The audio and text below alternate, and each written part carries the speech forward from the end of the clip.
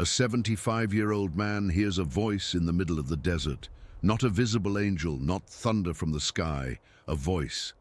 And the voice says, "Leave everything, your home, your family, your land. Go to a place I will show you, and I will make you into a great nation." This man had no children. His wife was barren. He had no army, no territory, not a single ally. And yet he went.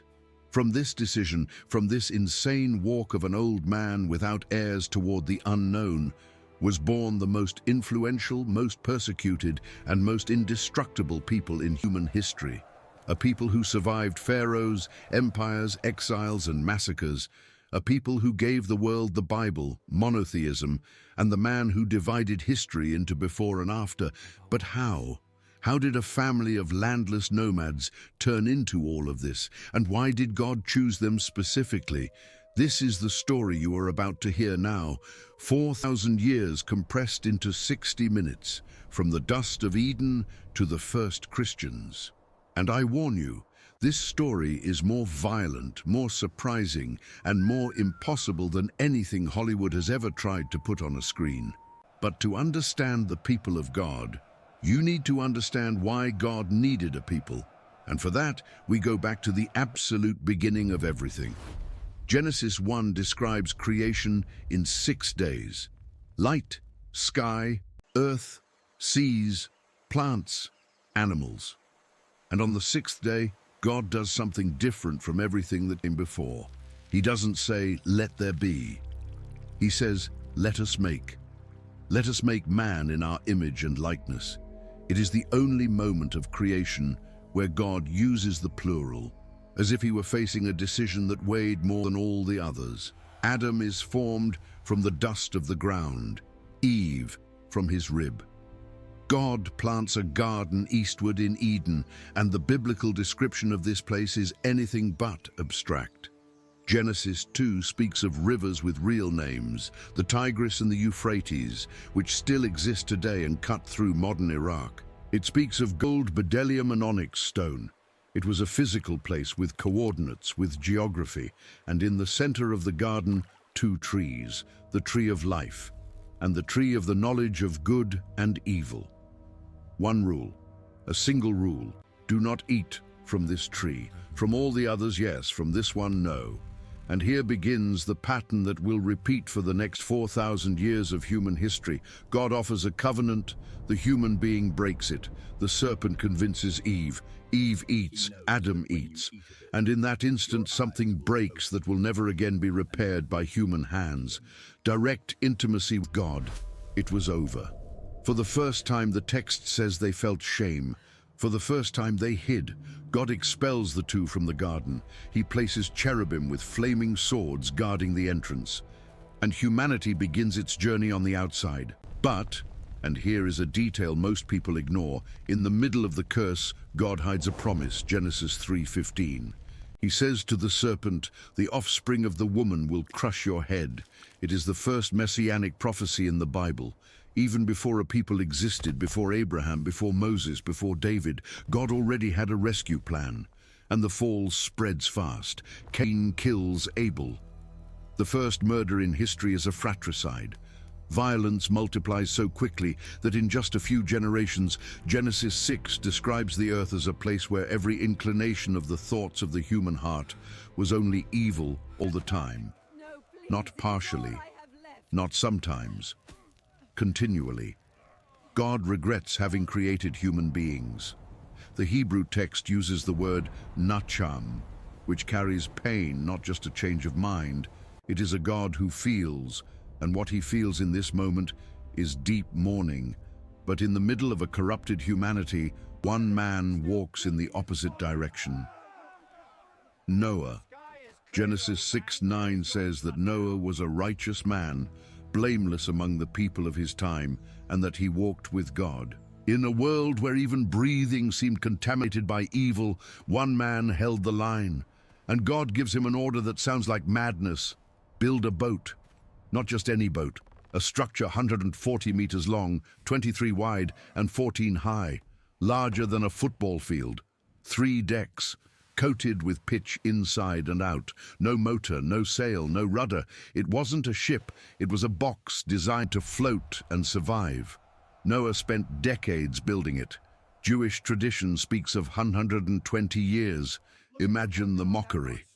A man in the middle of the continent erecting the largest vessel anyone of that time had ever seen, preparing for rain that had never fallen.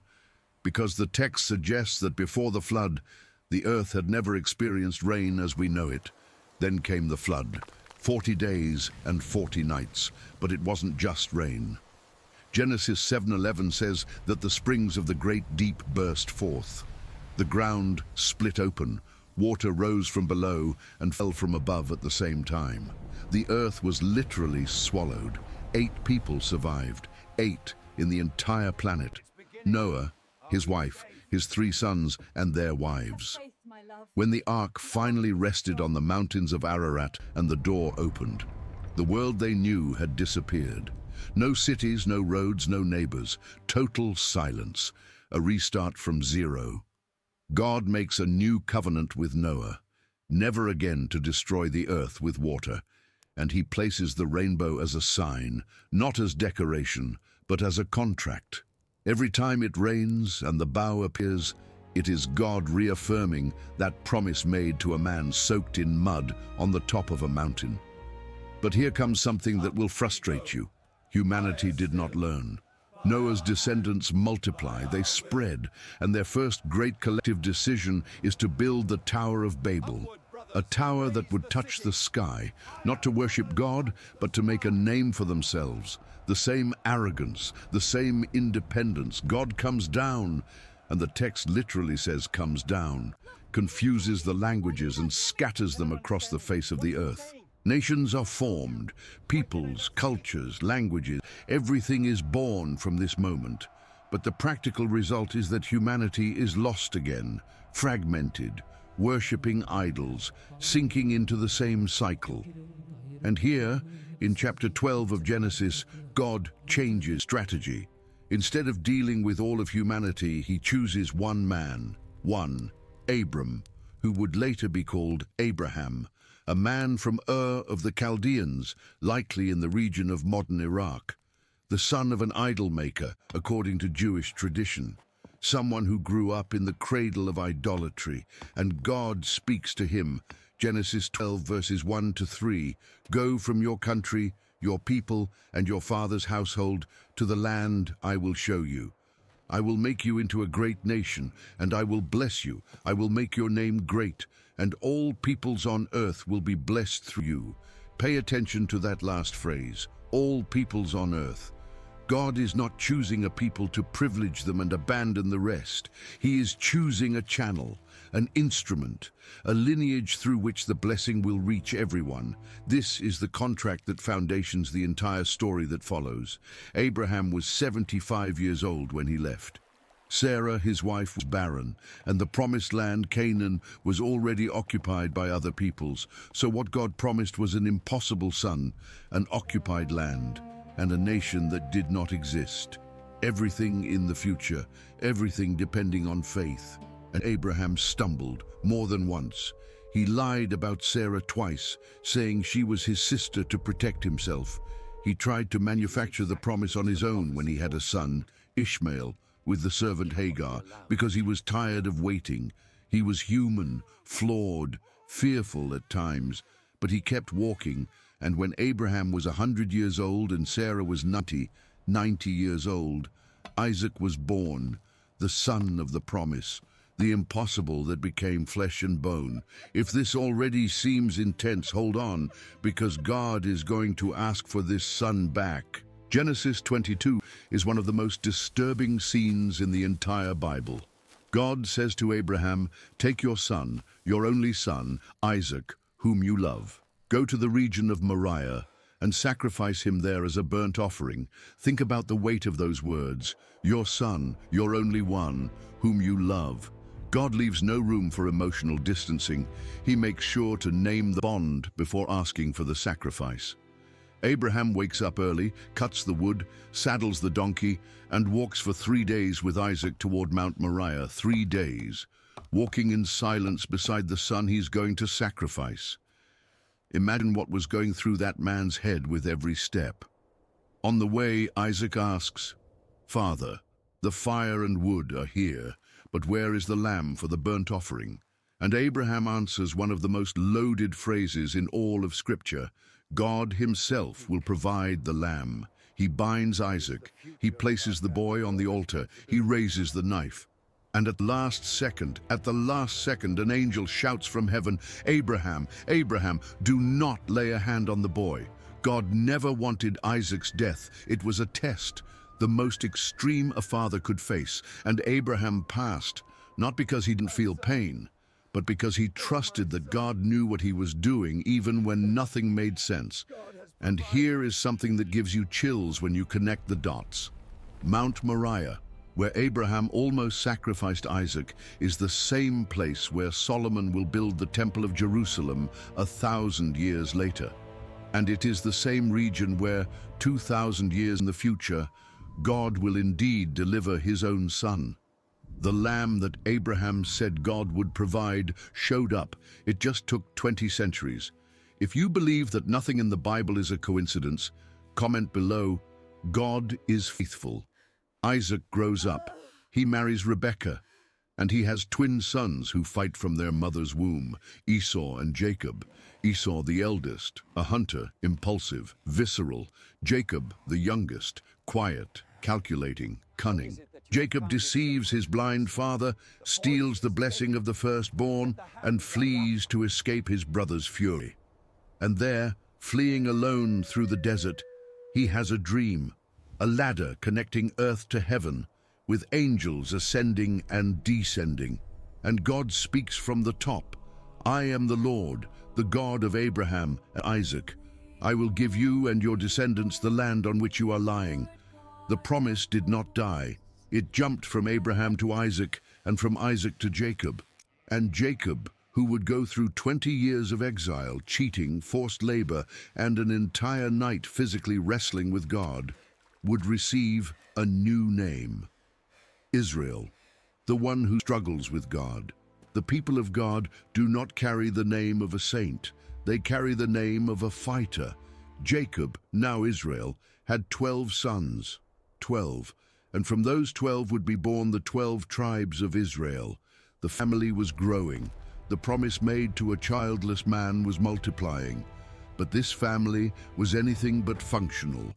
Jacob's favorite was Joseph, the second to last son, born to Rachel, the woman he truly loved.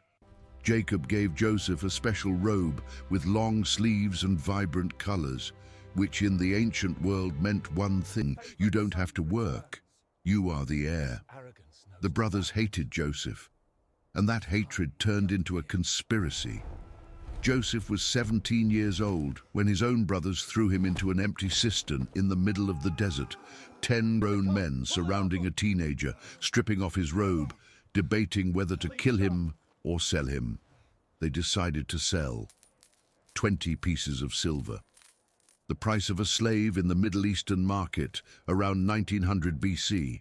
Joseph was taken to Egypt, from favorite son to slave, from slave to prisoner, after being falsely accused by his master's wife. And in prison, something happened that no one could have predicted. Joseph began to interpret dreams with a supernatural precision that caught even Pharaoh's attention. Pharaoh had a dream that no magician in Egypt could decipher. 7 fat cows devoured by 7 skinny cows. 7 full ears of grain swallowed by 7 thin ears. Joseph interpreted 7 years of plenty, followed by 7 years of brutal famine. And he didn't just interpret, he presented an economic plan. Stockpile 20% of all production during the good years to survive the bad ones. Pharaoh made Joseph the governor of Egypt. In one day, Joseph came out of prison and received Pharaoh's signet ring, a gold chain, and fine linen clothes. He was 30 years old. 13 years after being thrown into a hole by his own brothers, he was ruling the most powerful nation in the world. And when the famine came, just as Joseph said it would, it hit the entire world, including Canaan, including Jacob's family. Joseph's brothers went down to Egypt to buy food, and they came face to face with the brother they had sold as a slave without recognizing him. Joseph, dressed as an Egyptian, speaking Egyptian, sitting on the second most powerful throne on earth. The reunion took months. Joseph tested his brothers, pressured them, provoked them, until he couldn't take it anymore. Genesis 45 says he wept so loudly that the Egyptians in the next room heard him, and he said, "I am Joseph. Is my father still alive?" And then came the phrase that summarizes this entire story. "You intended to harm me, but God intended it for good." The whole family, 70 people, moved to Egypt. Jacob, old and blind, hugged the son he thought had been dead for 20 years. And there, in the Nile Delta, in the land of Goshen, the 12 tribes of Israel settled. If this story is surprising you, leave a like now so more people can get to know this history. They were protected, they were fed, they were growing. But what seemed like a happy ending was actually a 400-year trap. Genesis ends in peace. But between the last verse of Genesis and the first of Exodus, more than 300 years passed. 300 years of silence. The Bible does not record a single word from God in this interval. No prophet, no vision, no dream. Just time passing and the people growing. And they grew. Exodus 1:7 says that the Israelites were exceedingly fruitful. They multiplied greatly, increased in numbers, and became so numerous that the land was filled with them. From 70 people to somewhere between 2 and 3 million in 4 centuries. A demographic explosion that did not go unnoticed, because a new Pharaoh rose to the throne. One who did not know Joseph, who had never heard of the Hebrew governor who saved Egypt from famine. To this Pharaoh, the Israelites were not allies, they were a threat. Too foreign, too numerous, too strong. Slavery began slowly. First forced labor, then supervisors with whips, then impossible production quotas. The Israelites built entire cities with mud bricks, Pithom and Ramesses, which archaeology has already located in the Nile Delta. They carried clay on their backs under a 40-degree sun. They died on construction sites and were replaced the next morning. But the more they were oppressed, the more they multiplied. And Pharaoh, frustrated, made the most brutal decision a ruler can make: kill the children. Every newborn Hebrew boy was to be thrown into the Nile River, not executed in secret, publicly drowned. The river that gave life to Egypt would become a graveyard for babies. It is in this scenario of horror that the most important man of the Old Testament is born. A woman from the tribe of Levi hid her son for 3 months. 3 months of stifling a newborn's cry, locking doors, living in constant panic. When she could hide him no longer, she made a papyrus basket, waterproofed it with bitumen and pitch, placed the baby inside, and set it among the reeds on the banks of the Nile. The same mother who spent sleepless nights protecting her son now had to surrender him to the river, not for lack of love, but because of it. The baby's sister Miriam stayed hidden among the reeds watching, and the basket floated exactly to where Pharaoh's daughter was bathing. The princess opened the basket, saw the baby crying, and had compassion. She knew it was a Hebrew boy. She knew he should be dead, and yet she said, "I will keep him." Miriam appeared and suggested a wet nurse, the baby's own mother. The mother was paid by Pharaoh to nurse her own son, and the princess gave him an Egyptian name, Moses, because I drew him out of the water. Moses grew up in the palace. Egyptian education, Egyptian language, Egyptian privileges. Acts 7:22 says he was educated in all the wisdom of the Egyptians and was powerful in speech and action. He was, for all intents and purposes, a prince, the adopted grandson of the man who enslaved his own people. At 40, Moses went out to see the reality. He saw an Egyptian beating a Hebrew. He looked around, killed the Egyptian, and buried the body in the sand. The next day, 2 Hebrews were fighting, and when Moses tried to intervene, one of them threw it in his face. "Who made you ruler and judge over us? Are you thinking of killing me as you killed the Egyptian?" Moses fled.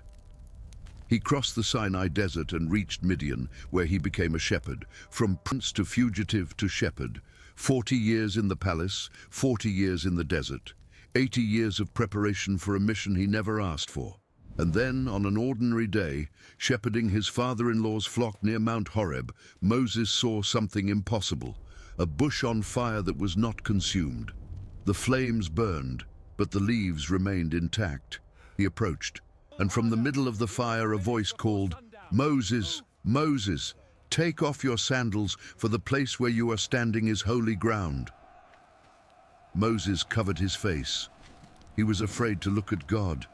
And God said, "I have indeed seen the misery of my people in Egypt. I have heard them crying out. I am concerned about their suffering, and I have come down to rescue them. 400 years. 400 years of silence and slavery, and now, in the middle of nowhere, to an 80-year-old shepherd who stuttered and had a homicide on his record, God finally spoke, "I am who I am." That was the name God gave himself. In Hebrew, YHWH, the God who simply is, without beginning, without end, without explanation. And he sent Moses back to Egypt with a simple message for Pharaoh: "Let my people go." Moses returned. He faced Pharaoh, and Pharaoh laughed literally. "Who is the Lord that I should obey him? I do not know the Lord, and I will not let Israel go." Then the plagues began, 10 in total, and each of them was not random. It was a direct attack on an Egyptian god. The water of the Nile turned to blood. The Nile was sacred, worshipped as the god Hapi. God turned the object of worship into an object of revulsion. Frogs covered the entire land, and the frog goddess Heket could do nothing. Gnats, flies, plague on livestock, boils on skin. Each plague escalated. Each plague proved that the gods of Egypt were powerless before the God of the slaves. The 7th plague brought a storm of hail with fire. The 8th, locusts that devoured everything that remained. The 9th, 3 days of total darkness. Darkness that could be felt, the text says. In a country that worshipped Ra, the sun god, the sun simply went out, and Pharaoh hardened his heart. Plague after plague, he saw his country being destroyed and refused to yield, because freeing the Hebrews meant admitting that their God was greater than all the gods of Egypt combined. The 10th plague changed everything, the most terrible of all. The angel of death would pass through Egypt at midnight and kill every firstborn, of humans and of animals. From Pharaoh to the prisoner, no one would be safe, except those who did one thing: kill a lamb without defect and smear the blood on the doorposts and lintels of the door. When the angel saw the blood, he would pass over that house. In Hebrew, Pesach, Passover. Each Israelite family did as they were instructed. They roasted the lamb with bitter herbs and unleavened bread. There was no time for the dough to rise. They would eat standing up with sandals on their feet and staff in hand, ready to run. It was a meal of urgency, a meal of flight. At midnight, the cry cut through Egypt. Exodus 12:30 says that there was not a house without someone dead. Pharaoh's son, the sons of the generals, the sons of the bakers, death at every door without blood. Pharaoh called Moses in the middle of the night. This time, he didn't negotiate. Leave, leave, and take everything. The Egyptians pushed gold, silver, and clothes into the hands of the Israelites, just so they would go away quickly. An entire people left Egypt that dawn. 600,000 men on foot, not counting women and children. A human column marching out of the most powerful nation on earth. But Pharaoh changed his mind. He always does. He gathered 600 war chariots, the most lethal military technology of the Bronze Age, and went after them. The Israelites reached the edge of the Red Sea. In front, water. Behind, the Egyptian army raising dust on the horizon. No boats, no weapons, no way out. And they did what they would do repeatedly for the next 40 years. They complained. Was it because there were no graves in Egypt that you brought us to the desert to die? Moses stretched out his hand over the sea, and God sent an east wind that blew all night long. The water divided. It didn't gently recede. It formed walls of water on both sides, with dry ground in the middle. The Israelites passed through walking between liquid ramparts, with fish trapped vertically on both sides, while the ground beneath their feet was firm earth. When the last Israelite crossed and the first Egyptian was in the middle of the corridor, the walls collapsed. Chariots, horses, soldiers swallowed. Exodus 14:28 says that not one of them survived. The most feared army in the ancient world, eliminated in minutes. On the other side, Miriam, the same girl who watched the basket in the Nile, took a tambourine and the women of Israel danced. They sang the first hymn recorded in the Bible, "Sing to the Lord, for he is highly exalted. Both horse and driver he has hurled into the sea." They were free. For the first time in 400 years, the people of God belong to no one but God. But freedom without direction is chaos, and God knew that. 3 months after leaving Egypt, the Israelites camped at the foot of Mount Sinai, and God came down. The entire mountain trembled. Fire on the top, smoke like that of a furnace, the sound of a trumpet that grew louder and louder. The entire people recoiled in terror. Exodus 19 says that even Moses trembled. God established a perimeter around the mountain. Any person or animal that touched the mountain would die. It wasn't a suggestion, it was a law of spiritual physics. The holiness of God was so intense that proximity without permission meant destruction. And there, on that smoking mountain, God dictated the 10 Commandments. Not suggestions, not advice, commandments carved in stone by the very finger of God. You shall have no other gods before me. You shall not make yourself an image. You shall not misuse the name of the Lord. Remember the Sabbath day. Honor your father and mother. You shall not murder. You shall not commit adultery. You shall not steal. You shall not give false testimony. You shall not covet. 10 laws. 4 about the relationship with God. 6 about the relationship between people. An entire constitution compressed into fewer words than a rental agreement. And upon these 10 phrases, all Western legislation would be built. Human rights, penal codes, ethical foundations, the DNA of all of this is in the tablets Moses carried down in his arms. But God didn't stop at the 10 Commandments. He gave Moses more than 600 additional laws. Laws on hygiene, diet, justice, property, marriage, debt, slavery, war, agriculture, a complete civil, criminal, and religious code. Detailed instructions for the construction of the tabernacle, a portable tent that would be God's dwelling in the middle of the camp.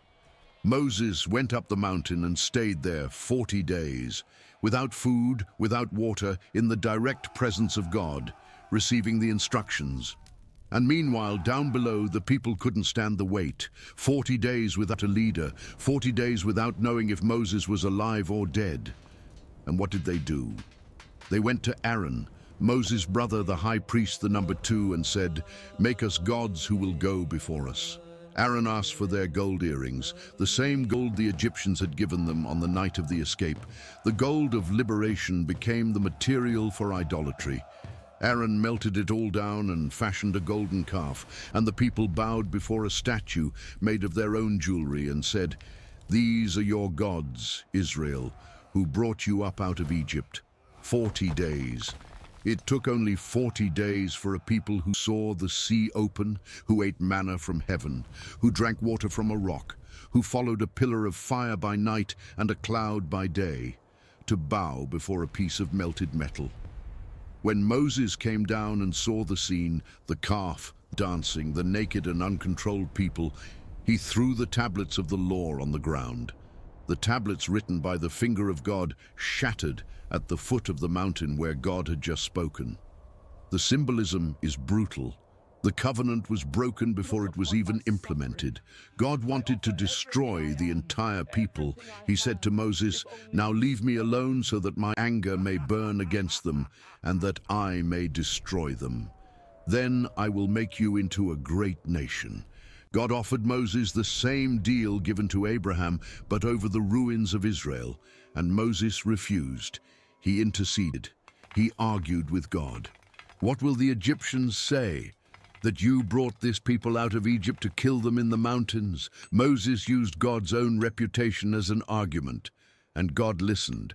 The text says that God relented and did not bring on his people the disaster he had threatened. 3,000 people died that day as a consequence of idolatry, but the people survived. The covenant would be remade. New tablets would be carved. The story would continue, bruised but not ended. And from that moment on, the journey to the Promised Land turned into a slow-motion disaster.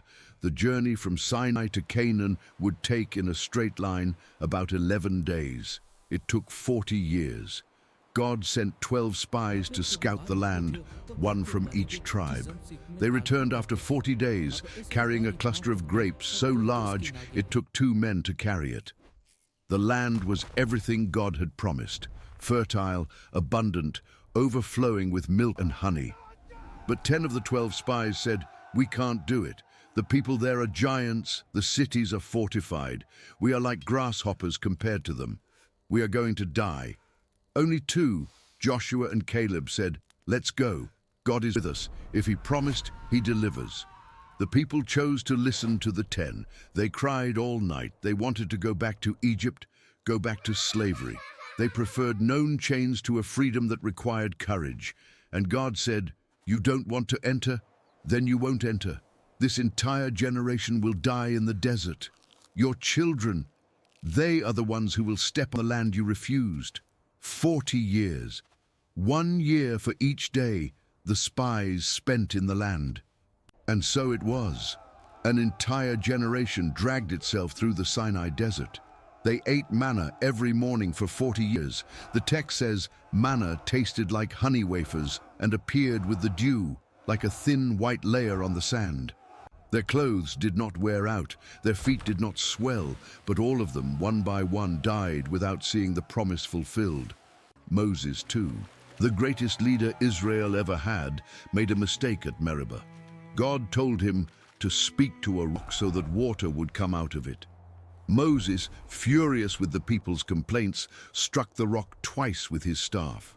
Water came out, but God said, "Because you did not trust in me enough to honor me as holy in the sight of the Israelites, you will not bring this community into the land I give them." Moses guided the people for 40 years. He faced rebellions, wars, plagues, droughts. He went up the mountain, came down the mountain, interceded for the people hundreds of times. And at the end, in the last chapter of Deuteronomy, God took him to the top of Mount Nebo and showed him the entire land. From north to south, from Gilead to Dan, from Naphtali to the Negev. Everything Abraham dreamed of, everything Isaac waited for, everything Jacob fought to achieve.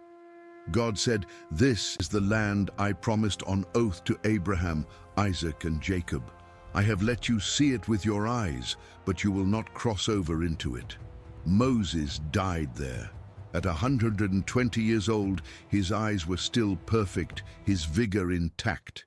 God buried him in a valley in Moab, and the text says that to this day, no one knows where his grave is. The greatest prophet of Israel, buried personally by God, in a place that no human being has ever found.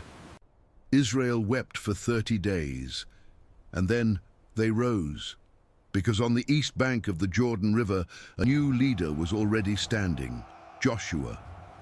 The spy who 40 years earlier had said, "Let's go, God is with us." And now, finally, it was time to enter. The Jordan River during harvest time overflows. The waters come down from Mount Hermon, carrying the spring snowmelt, and the river, normally narrow, spreads across nearly 2 kilometers of floodplain. This was the barrier between the desert and the promise. God said to Joshua, "Tell the priests carrying the Ark of the Covenant to step into the river, not after the water stops, not when it's safe, now, with their feet in the current." And the instant the soles of the priests' feet touched the water, the Jordan stopped. Upstream, near a town called Adam, the water piled up like a wall. Downstream, the riverbed dried up, and the entire people, hundreds of thousands of people with children, flocks, and wagons, crossed the Jordan on foot in the middle of the dry bed, while the priests held the ark at the exact center of the river. 40 years earlier, their parents had crossed the Red Sea. Now the children were crossing the Jordan. The generation that refused to enter was dead. The generation born in the desert was stepping for the first time on the land they had nursed on through the stories told around campfires for 4 decades. But the land was not empty, and the first thing in the way was Jericho, a fortified city with double walls. The outer wall was nearly 2 meters thick, the inner more than 3. Between them, houses were built in the gap. Archaeology has found these walls. It found the remains of the collapse. Jericho was the gateway to Canaan, and everyone knew the Israelites were coming. Rahab, a prostitute who lived in the wall itself, told Joshua's spies, "We have heard how the Lord dried up the water of the Red Sea for you. Our hearts melted in fear. No one has any courage left to face you." She hid the spies, hung a scarlet cord from her window as a sign, and when the walls fell, her house was the only one left standing, a foreigner, a prostitute, saved by faith. And when you open Matthew chapter 1, there is her name, Rahab, in the genealogy of Jesus Christ. The strategy to conquer Jericho didn't come from any military manual. God said, march around the city once a day for 6 days. 7 priests blow 7 trumpets of ram's horns in front of the ark. No shouting, no attacking, just marching. Imagine the scene from inside the wall. Day 1, the Israelites appear, do a full lap and leave. Day 2, the same thing. Day 3, 4, 5, 6. Total silence, only the low sound of the trumpets and the noise of footsteps on the earth. The psychological tension must have been unbearable. On the 7th day, they marched 7 times, and on the 7th lap, Joshua shouted, "Shout, for the Lord has given you the city." The people shouted, the trumpets sounded, and the walls collapsed. They didn't crack. They didn't give way slowly. They fell flat, from the top down, as if the ground beneath them had simply given up on existing. Archaeology confirms the walls of Jericho collapsed outward, not inward, which contradicts a conventional attack where battering rams push walls inward. Something knocked those walls down from the inside out. If that gave you chills, comment below. The walls fell. With Jericho open, the conquest of Canaan lasted about 7 years. Joshua led campaign after campaign. 31 kings were defeated. The land was divided among the 12 tribes by lot. Each family received a specific portion, a permanent inheritance, property that passed from father to son. For the first time since Abraham, the people of God had an address. They had land, they had borders, they had roots. And in his final days, Joshua gathered all the people at Shechem, the same place where God had first appeared to Abraham centuries before, and asked the most important question in the history of Israel. Choose for yourselves this day whom you will serve, whether the gods your ancestors served beyond the Euphrates, the gods of the Amorites, or the Lord. And then he said the phrase that echoes to this day, "As for me and my household, we will serve the Lord." Joshua died at the age of 110, and with him died the last witness of the crossing of the Jordan, the walls of Jericho, the conquest. Judges 2:10 records the most terrifying phrase in the Old Testament. Another generation grew up who knew neither the Lord nor what he had done for Israel. An entire generation forgot. Not that they had never heard, they forgot because they had never experienced it, and what followed was the most chaotic, violent, and unpredictable period in the entire biblical narrative. The era of the judges. Not judges of robe and gavel, military and spiritual leaders who arose in moments of crisis, liberated the people, and then disappeared. The cycle was always the same. Israel worshipped other gods. God delivered Israel to their enemies. Israel cried out for help. God raised a judge. The judge liberated the people. The people obeyed while the judge lived. The judge died. Israel went back to worshipping other gods. Repeat 12 times. Deborah judged Israel under a palm tree between Ramah and Bethel, a woman in a patriarchal society in a position of absolute authority. When the Canaanite general Sisera threatened Israel with 900 iron chariots, Deborah summoned Barak to lead the army. Barak said, "If you go with me, I will go." Deborah went, and she warned, "The honor will not be yours, for the Lord will deliver Sisera into the hands of a woman." And he did. Sisera fled the battle and hid in the tent of Jael, a Kenite. She gave him milk, covered him, waited for him to fall asleep, and drove a tent peg through his temple, through his skull, and into the ground. The Bible does not filter the violence. It doesn't romanticize war. It records what happened, with all the blood that came with it. Gideon was the least in the weakest family of the most insignificant tribe. When the angel of the Lord appeared to him, Gideon was threshing wheat hidden in a winepress, a tank for pressing grapes, because he was afraid the Midianites would steal the harvest. The angel said, "The Lord is with you, mighty warrior." Gideon must have looked around to see if the angel was talking to someone else. God told him to gather an army. 32,000 men showed up. God said, "Too many. Send home anyone who is afraid." 22,000 left. 10,000 remained. God said, "Still too many. Take the 10,000 to drink water at the river. Anyone who kneels to drink, send home. Anyone who laps the water with their hand to their mouth without taking their eyes off the horizon, stays." 300 men. God reduced the army from 32,000 to 300 against a Midianite army that the text compares to locusts with countless camels. And with torches inside clay jars and trumpets, the 300 surrounded the camp at night, broke the jars, blew the trumpets and shouted, "A sword for the Lord and for Gideon." The panic was so absolute that the Midianites began to kill each other in the darkness. And then came Samson, the strongest and weakest man in the Bible at the same time, a Nazirite from the womb, consecrated to God, with the prohibition of cutting his hair, touching dead things, or drinking wine. He violated all 3 vows. He killed a lion with his hands and then took honey from the carcass. He attended parties with wine, and he fell in love with the wrong women repeatedly. Samson killed 1,000 Philistines with the jawbone of a donkey. He tore off the gates of Gaza, heavy wooden doors reinforced with bronze that would take 10 men to move, and carried them on his shoulders up a hill. His physical power was supernatural, but his emotional weakness was as great as his strength.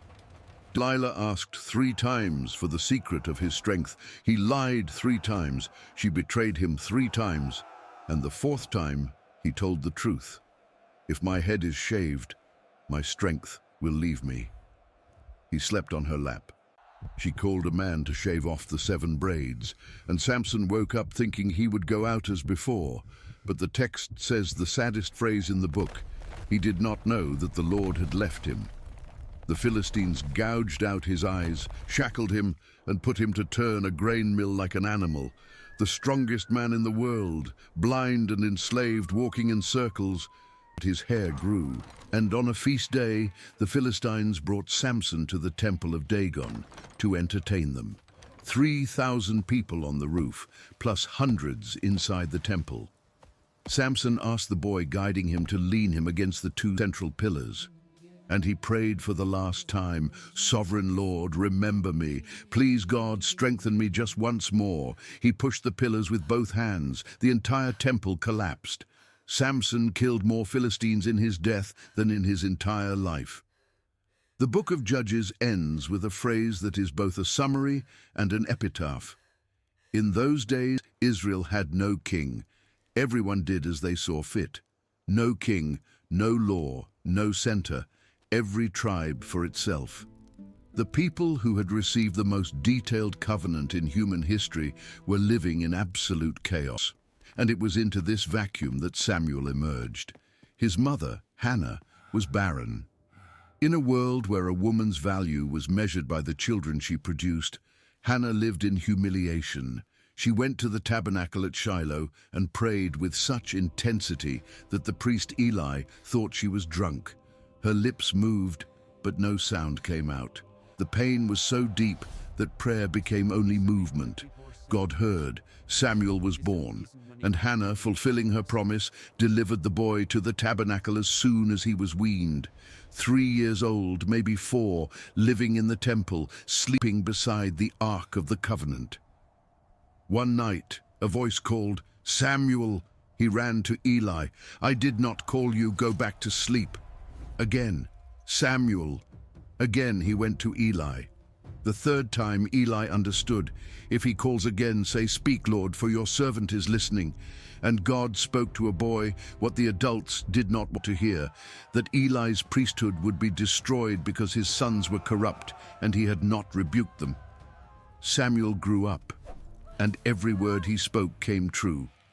Israel recognized, after centuries, there was a real prophet among them again. And what did Israel do with this prophet?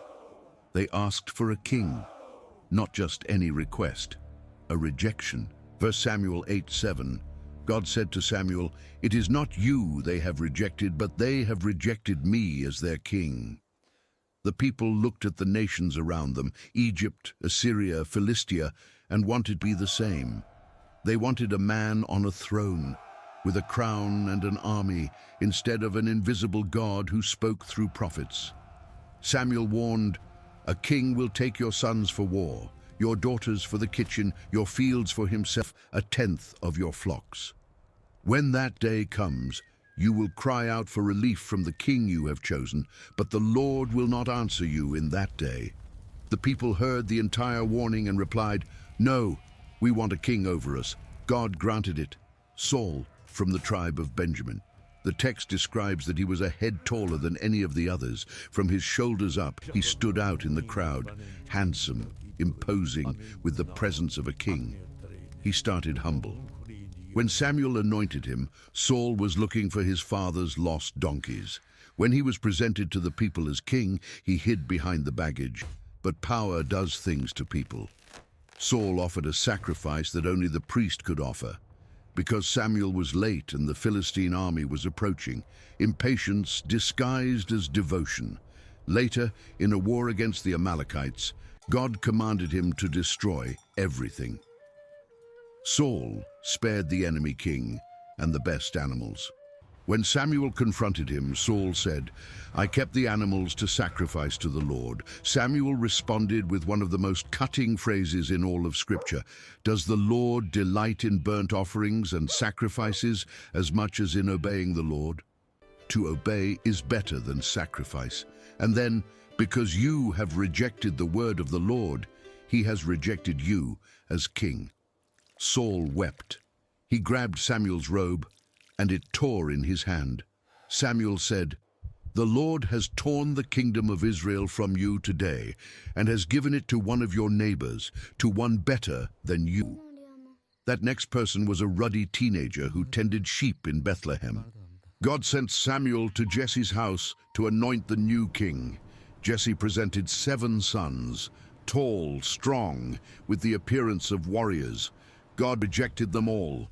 Samuel asked, "Are these all the sons you have?" Jesse said, "There is still the youngest. He is tending the sheep." No one called David to the ceremony. His own father didn't think it was worth bringing him in from the field. But when the boy entered, ruddy with bright eyes, God said, "Rise and anoint him. This is the one." First, Samuel 16:7 explains the criteria. The Lord does not look at the things people look at. People look at the outward appearance, but the Lord looks at the heart. David was anointed king of Israel in a backyard, smelling like sheep, without anyone outside the family knowing. And the Spirit of the Lord came powerfully upon David from that day on. At the same time, the text says that the Spirit of the Lord departed from Saul, and an evil spirit tormented him. The two kings coexisted now, one with the crown and without God, the other with God and without the crown. And then the Philistines brought their champion, Goliath of Gath. 3 meters tall, according to the Hebrew text. Bronze armor weighing 57 kilograms. The tip of his spear weighed nearly 7 kilograms. Just the tip. A shield bearer carried a massive shield ahead of him. For 40 days, morning and evening, Goliath stepped out from the Philistine lines and shouted the challenge, "Send a man to fight me. If he wins, we will be your slaves. If I win, you will be ours." 40 days, 80 challenges, and not a single Israelite soldier moved, not even Saul, who was the tallest of them all. David had gone to bring cheese and bread to his older brothers in the army. He heard the giant shouting, he heard the cowardly silence of the camp, and he asked, "Who is this uncircumcised Philistine that he should defy the armies of the living God?" His brothers told him to shut up. Saul said he was only a boy. David said, "I have killed both the lion and the bear that attacked my sheep. This Philistine will be like one of them." Saul offered his own armor. David put it on, tried to walk, and took it off. He wasn't used to it. He picked 5 smooth stones from the stream, put them in his shepherd's bag, and walked toward the giant with a sling in his hand. Goliath was offended.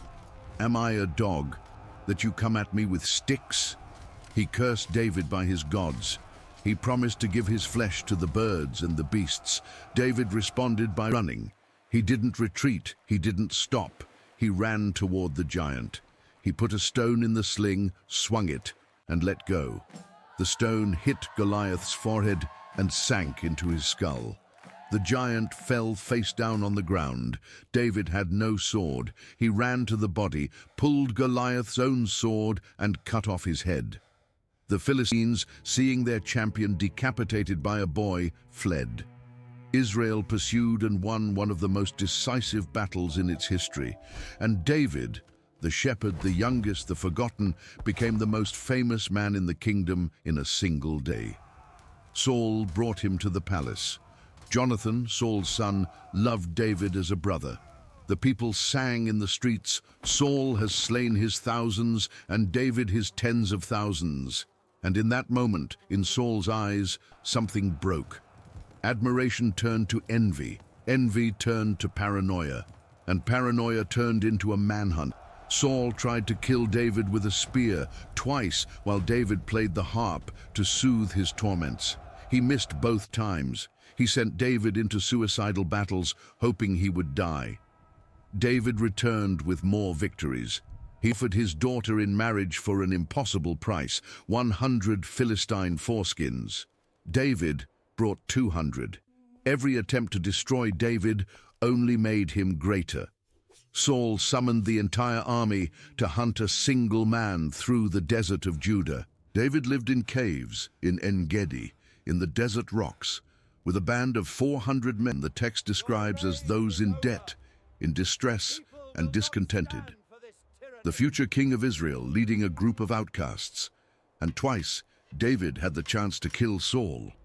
In the cave of En-Gedi, Saul went in to relieve himself, and David was hidden inside. His men said, "Now is the time." David approached and cut off a corner of Saul's robe. Afterward, his heart smote him. "The Lord forbid that I should do such a thing to my master, the Lord's anointed." He refused to take by violence what God had promised through time. And that decision, that impossible patience in a man who could have solved everything with one sword stroke, is what separated David from all the kings who came before and after. Not strength, restraint, not talent, waiting. Saul died as he lived, divided. At the Battle of Mount Gilboa, the Philistines massacred the army of Israel. Saul's 3 sons fell first, Jonathan among them, the best friend David ever had. Archers hit Saul. Wounded, cornered, with no way out, he asked his armor-bearer to kill him so he wouldn't be tortured by the Philistines. The armor-bearer refused. Saul took his own sword and fell on it. The first king of Israel died by suicide on a battlefield, with his sons dead beside him and his kingdom shattered. The Philistines found the body the next day, cut off his head, fastened the corpse to the wall of Beth-shan, and put his armor in the temple of their gods. When David received the news, he didn't celebrate. He tore his clothes, wept, fasted, and composed a lament that is considered one of the most beautiful elegies in ancient literature. How the mighty have fallen. Saul and Jonathan, in life they were loved and admired, and in death they were not parted. The man who was hunted by Saul for years wept for his death as if it were his own father's. David was crowned king in Hebron at the age of 30. First only over Judah, then 7 years later over all Israel. And the first thing he did was something no leader before him had achieved. He conquered Jerusalem. The city was in the hands of the Jebusites, who thought the fortress so impregnable they mocked, "Even the blind and the lame can keep you out." David sent his men up through the water shaft, a vertical shaft carved into the rock, narrow and dark, that connected the Gihon spring to the interior of the city. The men climbed through the wet stone and took the fortress from the inside. Jerusalem became the city of David, and he brought the Ark of the Covenant there, dancing before it with such intensity that his own wife despised him from the window. The political capital and the spiritual capital merged into one place. For the first time, Israel had a center. David's reign was the Golden Age. Borders expanded from the Euphrates to Egypt, exactly what God promised to Abraham. A professional army, organized administration, psalms being composed, poetry that would be sung for 3,000 years. God made David the most important promise since Abraham. Your house and your kingdom will endure forever before me. Your throne will be established forever, forever, an eternal dynasty. But David was not perfect, and the Bible does not hide it. One spring afternoon, while his generals were at war, David walked on the roof of the palace and saw a woman bathing, Bathsheba. He sent for her. She became pregnant. And to hide the adultery, David tried to bring Uriah, her husband, back from the battle so he would sleep with his wife and think the child was his. Uriah refused to go home while his comrades were sleeping in the field, so David wrote a letter to General Joab and sent the letter by Uriah's own hand. The letter said, "Put Uriah in the front line where the fighting is fiercest and withdraw from him so he will be struck down." Uriah carried his own death sentence without knowing it. He died at the wall of Rabbah. The prophet Nathan came to David with a parable. A rich man had massive flocks. A poor man had a single ewe lamb that slept in his lap and ate from his table. When a traveler arrived, the rich man took the poor man's lamb to serve to the guest. David exploded in anger. "The man who did this deserves to die." Nathan pointed his finger and said 4 words that changed everything. "You are the man." And David did not justify himself. He didn't blame Bathsheba. He didn't fire the prophet. He said 3 words, "I have sinned." Psalm 51 was born from that night. "Create in me a pure heart, O God." David was not called a man after God's own heart because he never sinned. He was called that because when confronted, he broke. He didn't harden. He broke. Solomon, son of David and Bathsheba, inherited the throne and built what his father dreamed of but could not erect, the Temple of Jerusalem.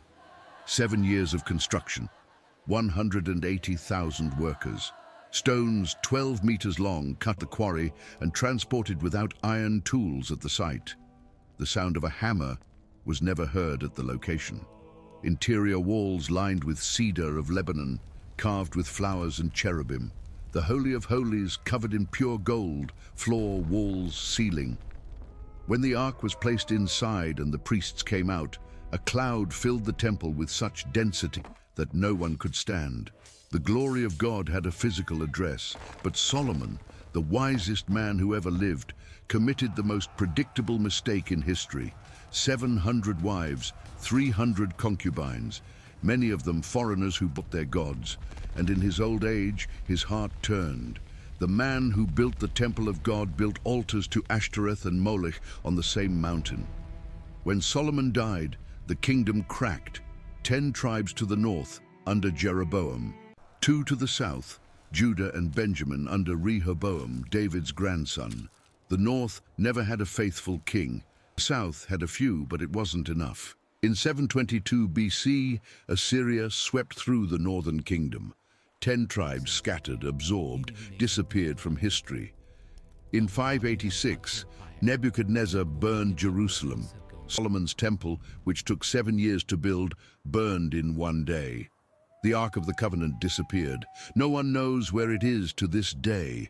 The people were dragged to Babylon, 70 years of exile, no temple, no land, no king. Everything that defined Israel was lost. And yet by the rivers of Babylon they sat and wept. And they remembered Zion, and they did not forget, because this is the story of a people who should have disappeared and didn't. Entire empires, Egypt, Assyria, Babylon, Persia, Greece, Rome, were born, dominated the world, and turned to dust. But the people who came from Sarah's barren womb, who survived famine, slavery, the desert, exile, and fire, this people still exists. They still read the same texts. They still sing the same psalms. They still light candles on the same Friday night.